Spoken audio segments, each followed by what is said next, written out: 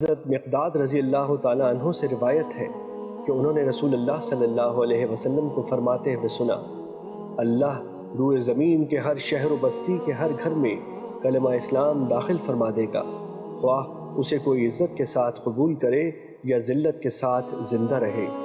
وہ لوگ جنہیں اللہ عزت عطا فرمائے گا تو وہ ان کو اس کا اہل یعنی محافظ بنا دے گا، یا ان کو ذلیل کر دے گا تو وہ اس کی اطاعت اختیار کر لیں گے۔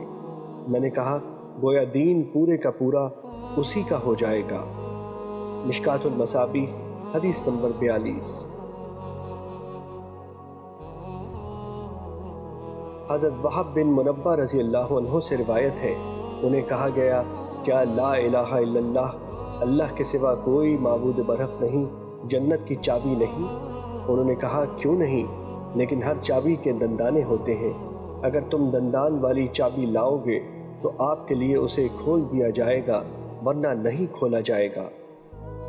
مشکوٰۃ المصابیح حدیث نمبر 43۔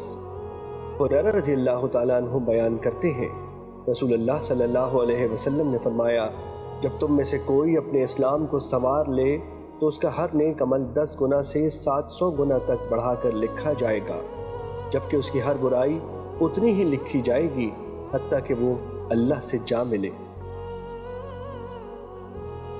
حضرت ابو امامہ رضی اللہ عنہ سے روایت ہے کہ کسی آدمی نے رسول اللہ صلی اللہ علیہ وسلم سے دریافت کیا، ایمان کیا ہے؟ آپ صلی اللہ علیہ وسلم نے فرمایا، جب تیری نیکی تجھے خوش کر دے اور تیری برائی تجھے غمگین کر دے تو تو مومن ہے۔ اس نے عرض کیا اللہ کے رسول تو گناہ کیا ہے؟